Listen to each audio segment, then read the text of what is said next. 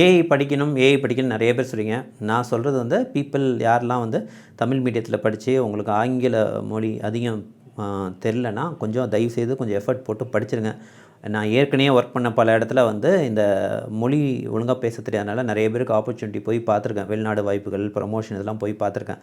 But இதை AI உலகத்தில் English ரொம்ப ரொம்ப முக்கியமாயிடுச்சு. நீங்கள் ஃப்ளூவெண்ட்டாக இங்கிலீஷ் பேசுகிறீங்களா அதை பற்றிலாம் நான் பேசலை. பட் அட்லீஸ்ட் இந்த ஏஐட்ட பேசுகிற அளவுக்காச்சும் உங்களுக்கு இங்கிலீஷ் தெரியணும். ஏன்னா அது இப்போதைக்கு நிறைய டூல்ஸ் இங்கிலீஷில் தான் இருக்குது, தமிழ்லலாம் வரப்போகுது.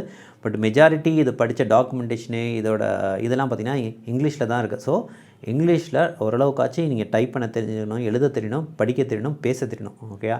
அதனால் இங்கிலீஷ் மட்டும் எப்படியா போட்டு எங்கேயா கற்றுங்க. நிறையா பேர் தமிழ்லேயே சொல்லித்தராங்க இங்கிலீஷ்லாம். யூடியூப்பில் போய் படிச்சுங்க. இந்த ஆப்பர்ச்சுனிட்டி மிஸ் பண்ணாதீங்க. இதெல்லாம் சூப்பரான ஆப்பர்ச்சுனிட்டி.